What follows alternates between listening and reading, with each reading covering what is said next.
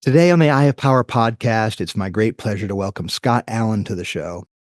Scott is a successful author, having over 500,000 books he's sold, and he is a speaker and a consultant, guru, coach, helps people connect to getting their best life, which you can imagine is something close to our heart here at the Eye of Power.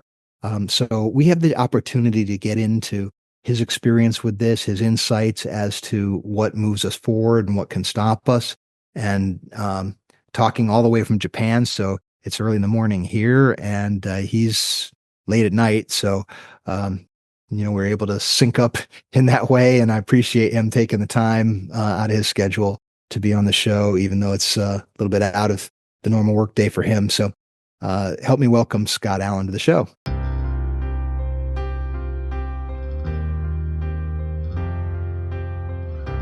Welcome to the Eye of Power podcast. I'm your host, Tom Dardick. But this podcast is not about me. It's about you and your power. It's time to claim yours.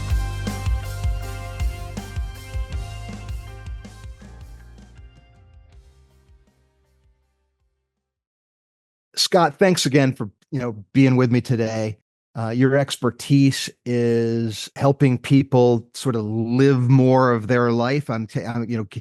Lean into gifts and get on a better path is what I take from your profile. Do you want to just take a second to illuminate how you sort of came to that work and what it is that you feel like, if you can, in a short amount of time, the message that people sort of need to hear to get their feet moving, perhaps? Yeah, I think this journey started way back when I decided that I wanted to make some serious changes in my life. We're going back quite a few years, but that was when I really got into reading a lot of these, so-called self-help books and personal development, and realized that the more I read and the more information I absorbed and then practiced the strategies, I was able to change my life. Like, in other words, I was able to change my mindset, which was the beginning of, making very concrete decisions into what I wanted.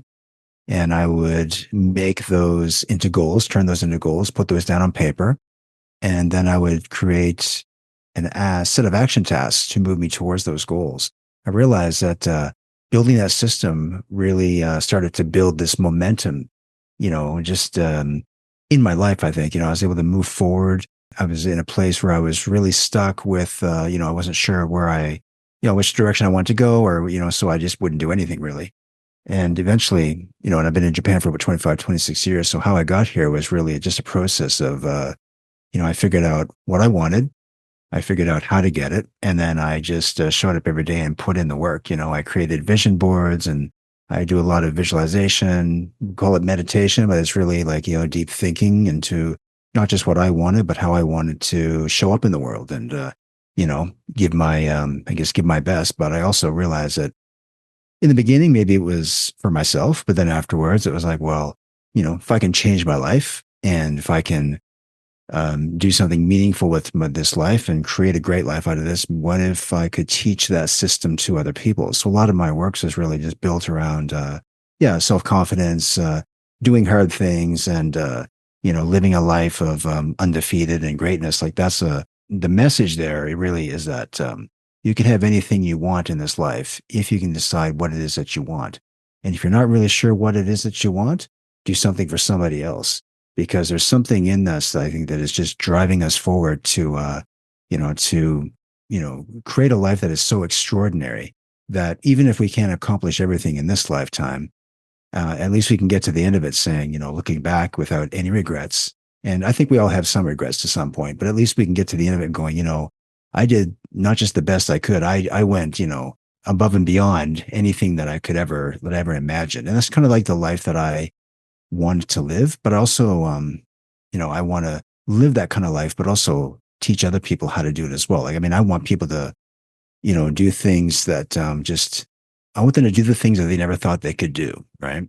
And I think part of that is just, living the big dream concept. So again, that was just everything that's brought me up to this point was, building that dream, and I know it sounds a little bit, I don't know, corny or out there, but I mean, for me, it's like building the dream isn't something in the future. It's happening right now. And I have to constantly remind myself of that as well, because we don't have that much time left. And I think we're all racing against the clock. So every day I wake up and if it's a new day, I'm like, and it usually is, of course, like, great, I got one more day to make it, one more day to live this dream, to build this dream, and to help somebody else to, show them the path. So, What I find uplifting about what you're saying there, Scott, is that it points to the agency that you have lived experience, right? That you were able to manifest and think about something, direct your energy, get it clear, and then move in a direction. And like you said, sometimes it's a process oriented thing where your dreams might be a little smaller than what you can actually make happen in the world, and we don't really know what we don't know. And I always think about, whenever this topic comes up, I always think about those thinkers out there that claim that free will is an illusion and that we're really just a function of our genetics or the notions and ideals that are floating in the world and that we happen to capture and embody. What's your view, or what do you, I mean, it seems like a lived life like you just shared, it seems to go against that, at least to me. What's your view about the idea of free will and people being the author of their stories and being able to shift that into whatever they might want? mhm. Yeah, you brought up some great words there. So manifestation, first of all, manifestation or transformation. If I'd gone back to when I was in junior high, high school, elementary school, and somebody had actually taken an analysis of my life at that time as a student, I had I think learning disabilities, ADHD. I didn't realize it at the time, but I was never very, I don't know if I was, it wasn't that I wasn't very good at school. I just, I wasn't a, your typical A student. I'll put it that way. I barely made it through school at all. So, I probably would have been nominated for the one student who would not have succeeded at all in life. Right. So, and I knew that, like, I mean, well, I didn't believe it though. Like that was the thing. I had teachers telling me, we're going to hold you back because you're not quite ready to go into that next grade, or you really shouldn't go into the math class because you're going to fail it. And when they told me those things, I was like, and I did fail it, but the thing is like, I did it anyway, because when people told me that I couldn't do something, that it was impossible, there was something in me that said, well, if I believe that, it is impossible.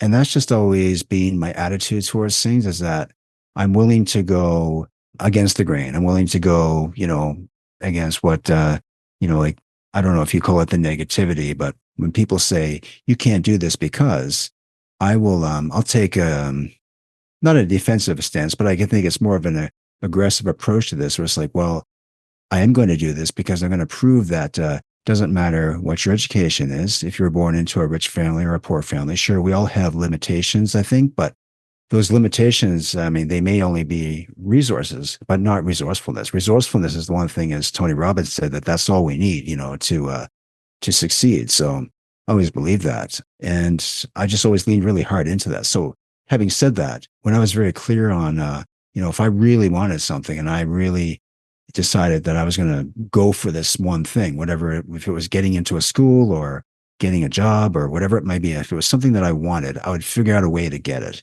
And sometimes all I had to do was show up and just put on my best suit. And maybe I had to, make a good impression for somebody in order to, get that job or get into a certain school or something like that. So, but anyway, the point though is that I never wanted to be held back by someone else's belief or disbelief that, I wasn't able to succeed because of certain, whether it was a disability, or it was, just because I wasn't smart enough, or those things. And I think for a lot of people out there that are struggling, you're always going to be listening to other people that, maybe they're intentionally not trying to hold you back, but sometimes the things they say, if you really believe them, and they may or may not be true, I think what in the end, we have to decide for ourselves if it's true or not, because we all grow up believing things. And even, when we get older, we hear a lot of the different things, whether it's negativity or things that are just, things that other people believe that we are, but in fact,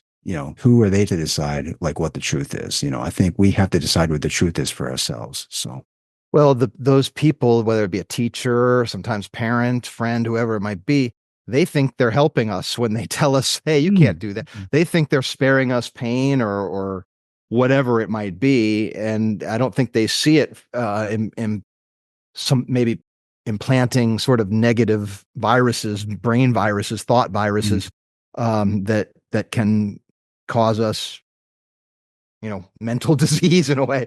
mm, And so something within you had a sort of a natural resistance to those things where, you said, I just did it anyway. Or I like what you pointed to with the resourcefulness versus resources, mhm, because so often in these conversations, people are doing sort of a reductionistic, materialistic, putting labels on things, kind of lazy thinking, saying, okay, here's all the things that add up to this equation and it doesn't add up, therefore it won't happen. And they're not looking, and so they're looking only at resources, and they're mm, not really looking at the resourcefulness, which is the creative capacity of the human being, right? The ability to do something that no one would have thought possible or thought of that particular way to approach things. And that's sort of the spark of humanity, right? That kind of gives us our individuality, and as part of the point of this whole exercise we call life.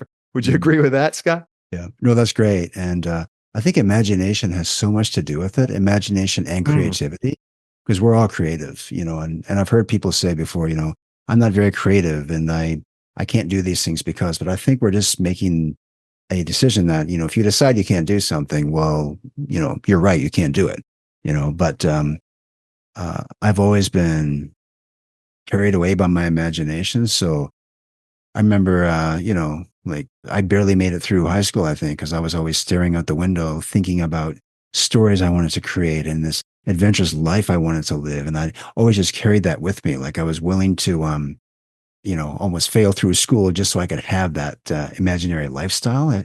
And to me, I think in the beginning it was, building, I don't know, it was like building a dream.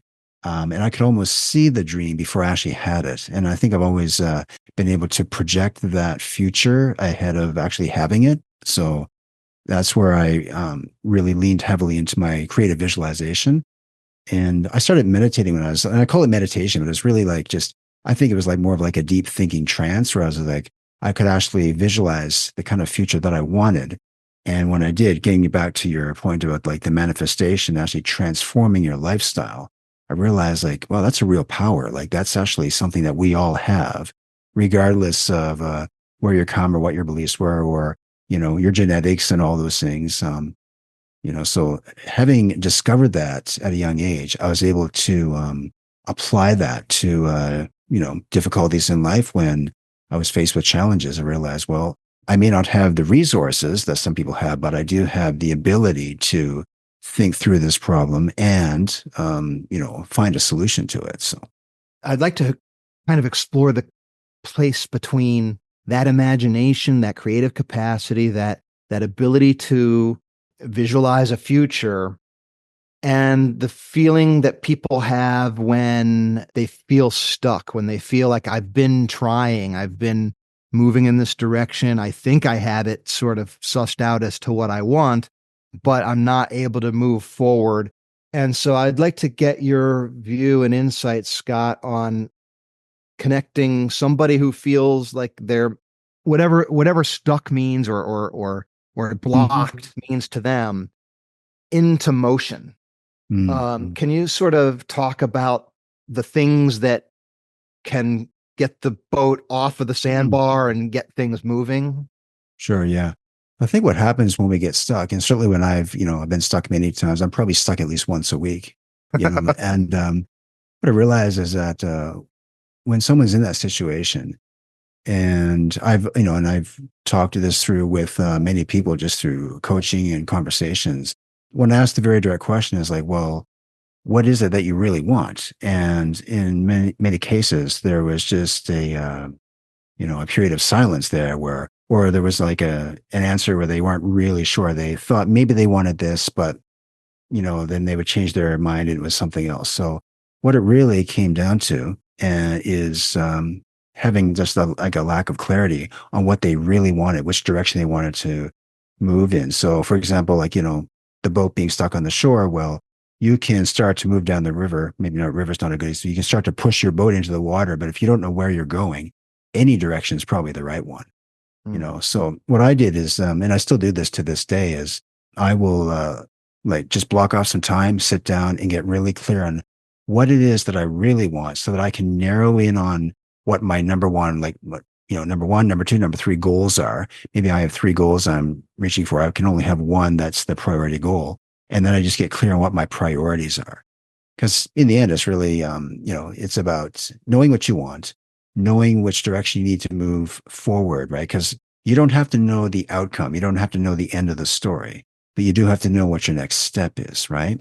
And that's the thing, is when you take action, there's something to be said for that, because, action is energy, of course. And when we move forward with something, even if it's just a little step. And that's the thing, is like, people think that if they think they have to have it all figured out before they move ahead. And they just have to know, what is the one step that I can take? Look, to give you an example, I was working with somebody who, they were in sales, and they weren't getting any sales for the week. And when we got into the conversation, it turned out that, they weren't really making that many sales calls. And when they were, they were lacking confidence on the phone. And it was just, so they were actually setting themselves up for failure before that. So we came up with a plan. It's like, okay, we'll do, your goal is to do 10 sales calls per day. At this point, this person's probably doing like two or three. And they could have been doing a lot more, but, the fear was just holding them back from that. So, when this client of mine started doing 10 plus sales calls per day, yeah, maybe she got turned down 8 out of 10 times, but those one or two times when she made the sale, that was all she needed. And then that turned into 3 sales per day. And then it turned into 4. And then she was leading the sales team in her company. So, but again, I mean, she was stuck because she wasn't doing enough of the one thing she had to be doing. She had to really just double down. Right. And so my advice to anybody is to get clear on, what like what it is that you want, because the problem isn't actually the problem. The problem is that, you're not moving forward with, I think for most people, they know what to do. It's just that they're waiting for permission to go and do it. Right. And nobody's going to show up and show you the way. I think, well, somebody might, but I mean, if nobody does, are you going to sit there and wait for someone to show up and say, here's the door, you've got to, here you go, you got to walk through it now. It doesn't always happen that way. I think that we need to walk through the door, and then, you may meet the opportunity that's been waiting for you. And here's the other thing about, I heard a great thing, I think it was today actually on a podcast, is that, when opportunity shows up, it's too late to prepare. So the thing is like, you have to, be ready for that opportunity. Or as somebody else, I think, mentioned, it was like the lucky bus that comes around, right? You've got to be ready for the lucky bus. You've got to prepare for it, because if an opportunity comes your way and you are not prepared for it, it's just going to go to the next person who is ready. So, Yeah. The couple things that you laid out there, Scott, that kind of attract my attention is when you talked about the priorities. And, that's a word that we throw out there a lot, but it's something that I think gets a little bit under-examined often, because, like, for instance, when I'm talking about the eye of power, I'll ask people, have you ever made a New Year's resolution and then not keep it? And of course, most people can relate to that. And the question is, why? Why can't you just decide to do something and then do it? And as people think about it, the answer gets a little bit complicated, but it's complicated because we're complicated. And that's the purpose of the eye power, is to help people sort of navigate those parts of themselves that don't meet their eye directly. But it's the function of prioritization where we have competing values. Maybe some things, if you want, they're mutually exclusive things, and we want them both. And that can short circuit us. And then under those conditions, we can then be in a state of what you said about perhaps waiting for permission or social recognition, or I don't know, enough pain to get off our butt. Whatever it is, we're giving away power because we're not clear about those conflict. We have to resolve those inner conflicts, I guess, is the point there. And so my question out of that then is, how does a person decide this just take the example you shared there with it's a sales function. Their priority now, in this case, it's fear. And of course, fear is, false evidence appearing real in this case, because there's no real danger when you're making a sales call other than the person's going to say no. Right. Mhm. But we think in our brains, we think it's rejection. And that feels like almost death because that Mhm. we're wired to think I could be rejected, thrown from the tribe. And now I'm by myself, alone in the world to survive. And that won't work too well. And that's the ancient circuitry that's being activated to stop us from making 10 calls instead of two. We Mhm. don't realize that. So my question behind all of that is that prioritization process. Some of it is facing fears, some of it is seeing what we think we didn't know we were afraid of or whatever. Can you talk a little bit about that clarification process and what you've learned, perhaps in your writings or in your experiences helping people? One or two things that somebody might take away as like a gold nugget, saying, "Okay, try this." Yeah. So one of the things, so I think to get, I mentioned clarity, and actually to get really clear on what it is that you want, or what is the number one priority or your top three priorities, it is hard work to do, Yeah. because we have a lot of, well, we'll call them distractions, and I hear this all the time, and I struggle with this myself probably on a daily basis. Is all the distractions that are in my environment, and the thing is like something's only a distraction when you pay attention to it, right? Mm. So, to give an example, I'm working on my computer and I have like 87 tabs open.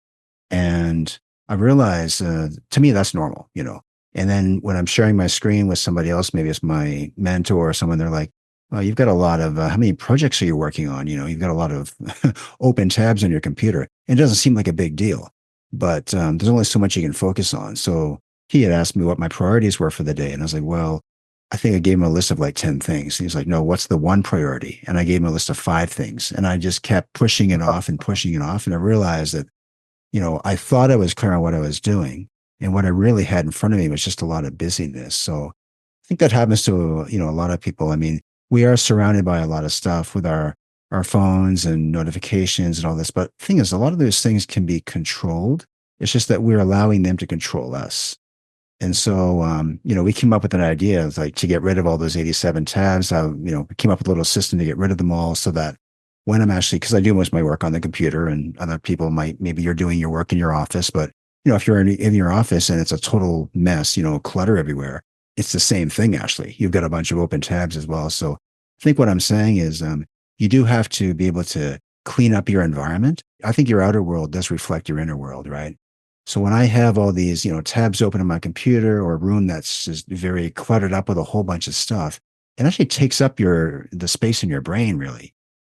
So again, when we talk about priorities, it's like as soon as when you look at something, it becomes a priority, right? If you pick up a book and you start reading it, that's your priority at that time, you know. And I realize that in my business too, I have to have certain priorities, or I don't get the real work done that needs to be done. And that is actually that is a struggle for me, because part of the doing the hard things first is actually doing the hard things those are the levers that you've got to pull every day. And it might be just one hard thing that you have to do to push your business forward, to help your family, to build your community, whatever it may be. But knowing what that one hard thing is the challenge. But again, it comes with cleaning up.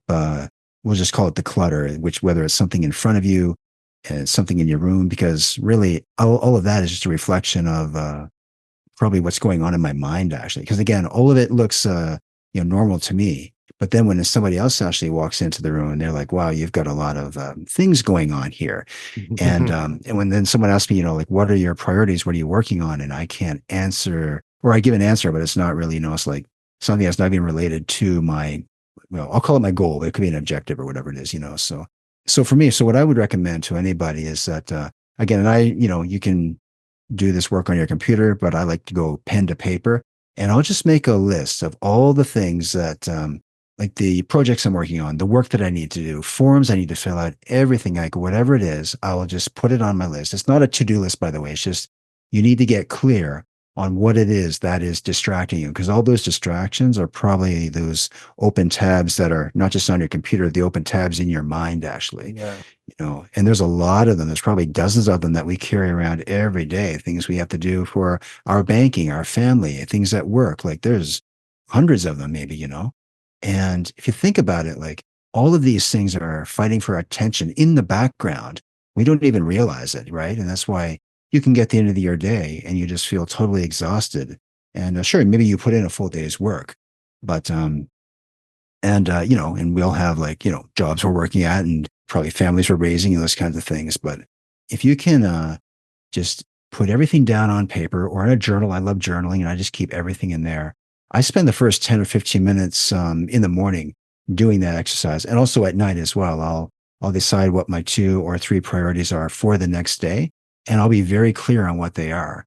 Now, I may only get one thing done for that day, but at least getting one thing done, is one priority task done, is better than doing 10 random tasks that aren't actually moving me forward. So, but I think it's good. Also, just one more thing is having an accountability partner. If you have somebody who you can actually work with on this as well, because I've had accountability partners in the past where we would compare notes, and we would ask each other like what's your number one thing today? What's your hard thing that you're going to do this week? And we would just hold each other accountable to that. I found that without that accountability, I tend to drift away. Like because then I'm almost giving myself permission to cheat. Like, well, nobody's really watching me. I can just do whatever I want. I'm going to go and I'm going to open up all those tabs on my computer again because, and again, that feels familiar to me, but the chaos of it is actually, and again, I'm just using that as an example, but it's really, and yes, I mean, ADHD might have something to do with it.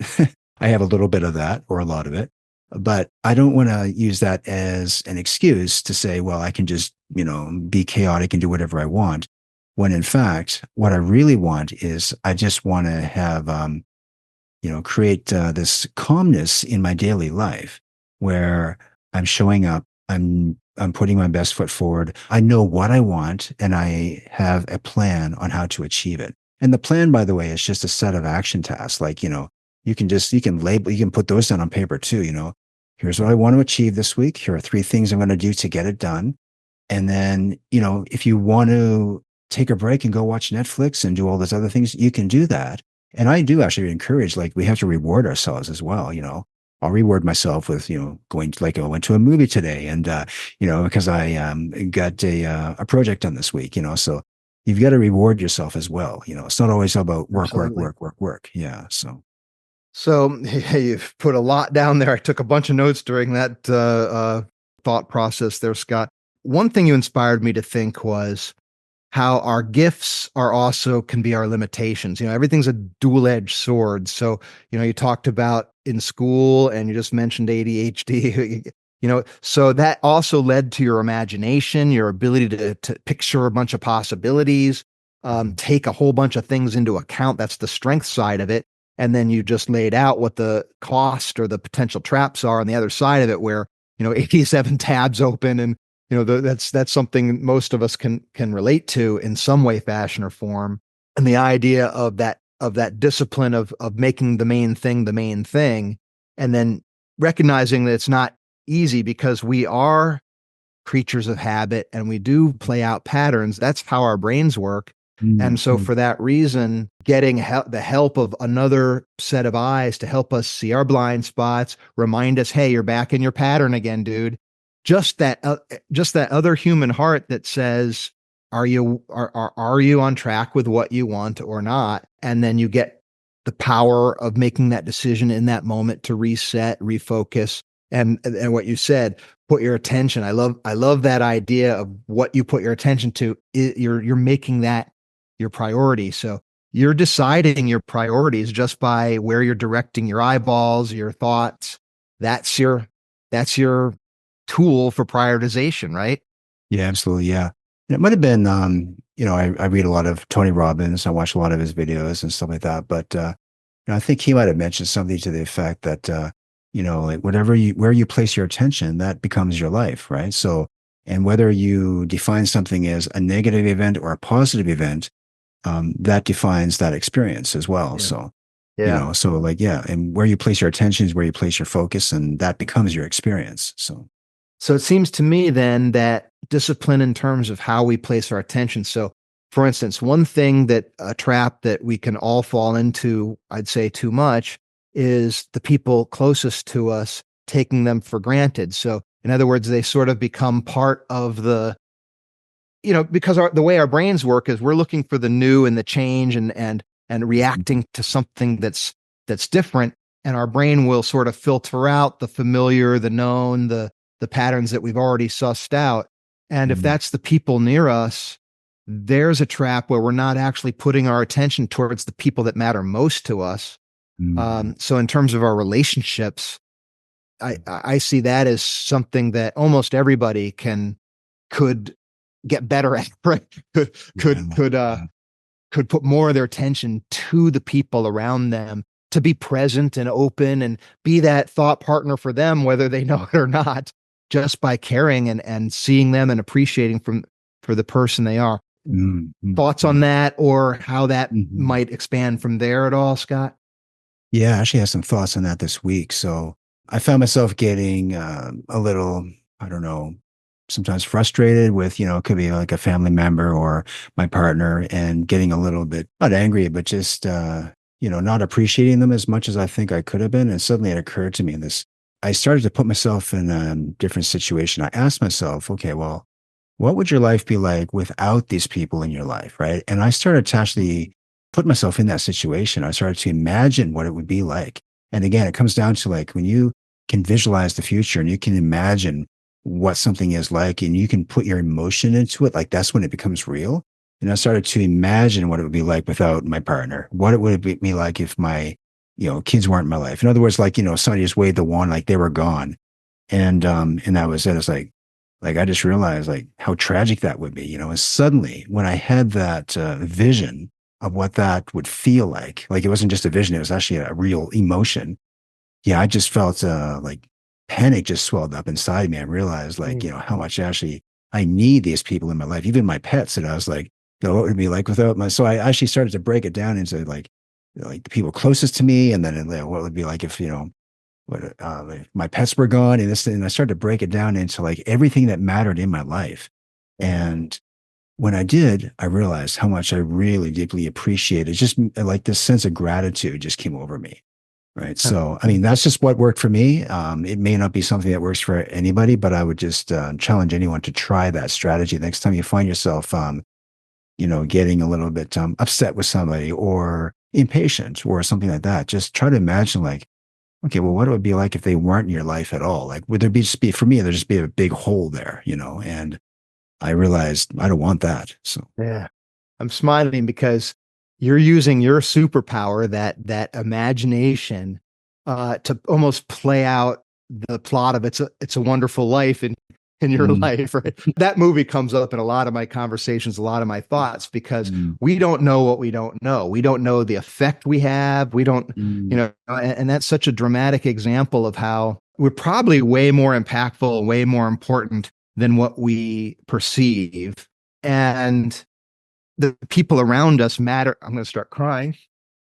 They matter so much more to us than what mm, we naturally go on. And unfortunately, people have to feel the pain of loss before they become aware of that importance. And so the benefit of an exercise that you just suggested is maybe you don't have to feel that full pain. Maybe you can just mm, appreciate them in the now by using the strength of your imagination to ask powerful questions like that. So thank you for that. That was a tremendous gift. mm. Yeah. Yeah. No, I realized like going back just I think my father passed away about 10 years ago, and never really had a chance to say goodbye. And I realized like there were opportunities where I had the chance to tell him, I loved him, I cared about him, and I wanted him to be okay. And like I think in the moment when I had that opportunity, something inside of me just said, well, let's do it now. Let's say it next time. Let's wait. But the thing is, I mean, you know, my parents lived in Canada. I live here. So when I had that opportunity, like it was in that moment only, So I don't know, like I just realized like that is probably maybe it's a regret that I have, but I realized like, well, sometimes we have these opportunities that something might be telling you just to put it off and, say it next time because, at the time I just didn't feel like I was mature enough to put it out there. I don't know, like whatever, for whatever reason, I didn't, say the words that I wanted to. And yeah, just and now when those opportunities come up, I'm like, okay, I'm not going to let that happen again. Whether it's something, if it's with my kids, if it's with my partner, like you don't know if you'll have that chance again. So, Yeah, yeah. So that's what life is, right? Those kind of mm, lessons and those kinds of it's a bumpy ride and nobody gets out of here alive. So that's how not it all goes. smooth. Yeah, for Um, sure. but Yeah. I want to just sort of by way of wrapping things up, we've been on the individual sort of what each person sitting in the seat can think about. And one of the Mm, things I wanted to talk with you a little bit about, Scott, is in terms of in a leadership position where you can affect other people. What's your mm, view against the backdrop of our conversation thus far? What's your view of the modern leader, of the dynamics that are changing? You know, you're in Japan, you're mm, talking to somebody in the United States. My guess is you talk to people all over the world, just like I mhm, do. The world is shrinking in that way where we're connected to different people. We're talking to different time zones, different cultures. And all of this now directed towards emerging enterprise and capacities, and who knows what AI is bringing us. So I just wanted to get your view as to what you see applies from all the things we've been talking about to the role of leadership and the challenge going forward. yeah. I think that for me, like I can break it down to like one of my goals, if I call it that, is to be a worldwide like influencer, And so what is an influencer? Somebody who influences the thoughts and actions of other people. And as I was thinking this through, it's like, well, okay, well, how can I do that? Like, so that was when my imposter syndrome shows up, and it's like, Huh. well, who are you to go? Who's going to listen to you? You're not running for the presidency. You're not, running a major corporation, and so my mind started to go through all of these self doubts and everything. It's like, well, why have you been, why have I been spending all these years kind of, scaling up my life, learning all these things, reading all these books? Like, what's the purpose of all this? And I realized, like, well, it can't be just for myself because, okay, yes, I have gotten better personally. But as I was discussing this, I remember years ago when I was going through a transformation. I think I'm always going through those things, and I think we all are. But I remember talking about this with one of my mentors. And he said, "Okay, well, you've come a long way. You've learned all these things." And he's like, "Now, what are you going to do with it?" And I'm like, "Well, I don't know. I guess I'm just a little, a lot smarter because I have all this information." He's like, "No, you're going to go out there and do something with it, right?" So the conversation always stuck with me. I think that when it comes to great thing about today's world is like you're right. I mean, I talk to people all over the world every day, actually, through coaching.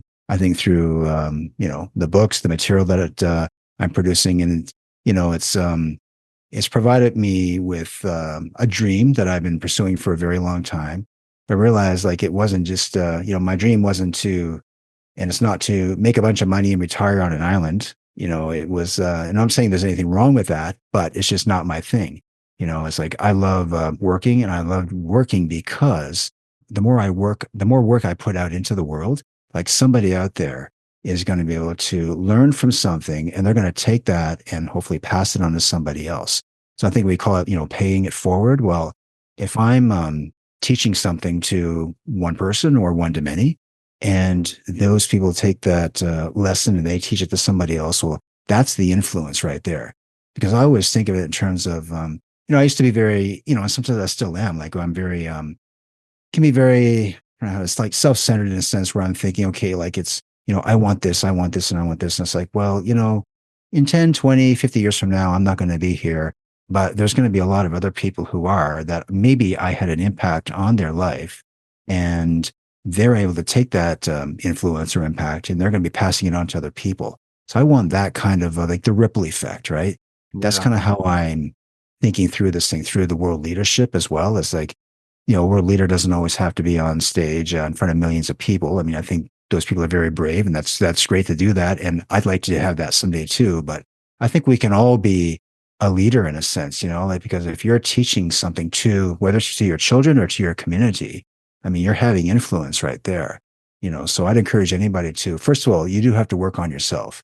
because if you get better, you're going to start to figure out ways to, help other people get better as well. And when I say get better, I mean, like, help other people to become more self-aware, help other people to, express more kindness. And those are the things I'm really thinking about. I think from, I don't know, like from the 30,000 foot view, like I just want to have that kind of an impact in the world. So, Well, I love that. That's I'm sitting here thinking, you want to make it Bedford Falls, not Pottersville, right? So, you know, get back to the It's a Wonderful Life storyline. But Scott, absolutely. thank you so much, man. I very much appreciate our conversation today. I loved your take. I really like the idea of, using what seemed to be in the beginning of your life, perhaps a liability of that attention, the not being good at school, because school it's a factory. It's putting in the output. It doesn't matter what the input is. It just cares about the output, and it's not really customized towards the full Mhm. range of human expression and human capacities. And so you're asked to be something you're not, and then not just you, but a lot of people get saddled with notions that are negative in the sense that you're somehow less than you should be, and Mhm. so we accept this sort of judgment, or it's actually, in my mind, it's not a judgment, it's a condemnation. It's one of the distinctions we make in the eye of power. But then we live with that, and then we have things like call reluctance down the road, where we only make 2 calls instead of 10 because we got some notion in here that we're not good enough, or we don't measure up, or you even mentioned imposter syndrome coming in. And we have these things that, look, you got to have a realistic view of yourself, and it goes back again into your resourcefulness versus resource theme that you brought up, where, you're more than just this set of whatever observations people have. You're a conscious, caring, connecting, and creating being that is supposed to be being expressed into this world. And I think the totality of what you shared today really shows that story very well. So I got to thank you very much for that. Well, thank you. It's been a great conversation. I appreciate you bringing me on the show. My pleasure. Well, Scott, thanks again for being on the show, being my guest today. You laid out a lot of good stuff, and I gave a little bit of a review as we were talking there. A couple things that I would just like to underscore: the idea of resourcefulness versus resources. That is a very good lens. It's a powerful lens, right? Because what we tend to do is think of the line item things, and then we look at whatever that adds up to. We put an assessment of what that is and think that's the whole picture. And I can't afford that. I don't have time for that. I don't. That's beyond my capacity to do. And we come up with those conclusions based on those lists that we make, in either written or just maybe sometimes in our perceptions. And we're leaving out the resourcefulness part of it, which is that creative capacity that says, wait a minute, I can find a new way. I can find a way around this. I can marshal, help of somebody else. I don't have to do this single thing only by myself. I can rely on other people. I can see my own blind spots by partnering with somebody. All kinds of ways. Where there's a will, there's a way, they say. And I thought that was a really good way of thinking about that. The other thing is our priorities, and, where we put our attention is where we're putting our priorities. So if you think of prioritization, start first with attention. And one of the things we talk about there is sometimes, especially in the pain quadrant, we talk about our waste of energy with fears and worries. So we're putting our attention to things that we have no control over. And thus, our priorities and our attention are going to things that we cannot adjust. We can't move the needle one way or the other. And therefore, we're powerless there. So we're taking our priorities and we're moving something that we can't control above what we can control, and thus bleeding our power that way. I think that's an important thing to realize. Waiting for permission, right? Sometimes if we're in a fearful state, or we might not even know we're afraid, we're feeling some sort of resistance or some sort of thing. And it happens to all of us. So let's not get into the condemnation, beating ourselves up sort of thing. Everybody's subject to this. So it's not a matter of denying and saying I'm a horrible person or I'm immature or some sort of condemning label. It's just a matter of seeing what's true, real. We're all human beings. We have powers, as another thing that Scott embodied very well. His superpower was one of having that great imagination, that ability to think about a whole bunch of things and take a whole lot of things into account, bordering or maybe even being on ADHD, where you've got 87 tabs open and your attention is split, and therefore you're not effective. So that's that sort of, it's a power in that you can have that creative capacity to solve problems and find new ways, to dream new dreams.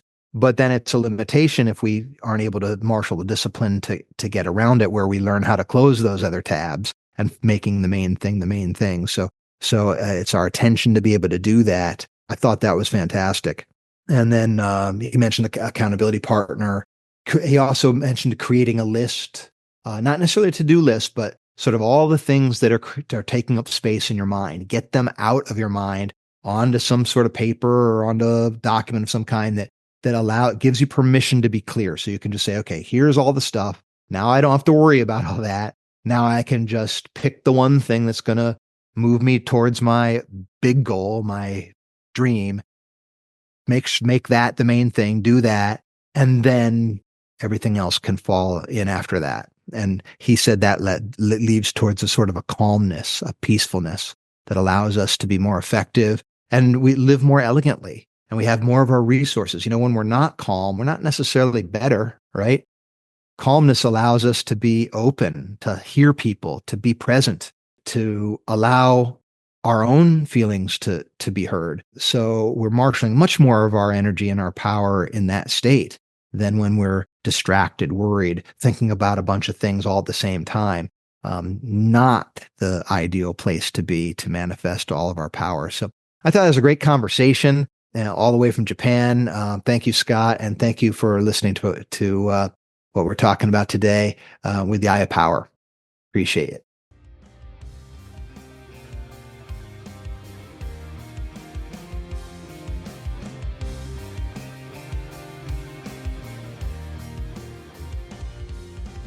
This has been the Eye of Power podcast with Tom Dardick. I'd like to thank you for listening. I'd also like to thank my brother, Scott Dardick, for the music and his music production. If you'd like to reach me, simply email Tom at dardickcommunications.com.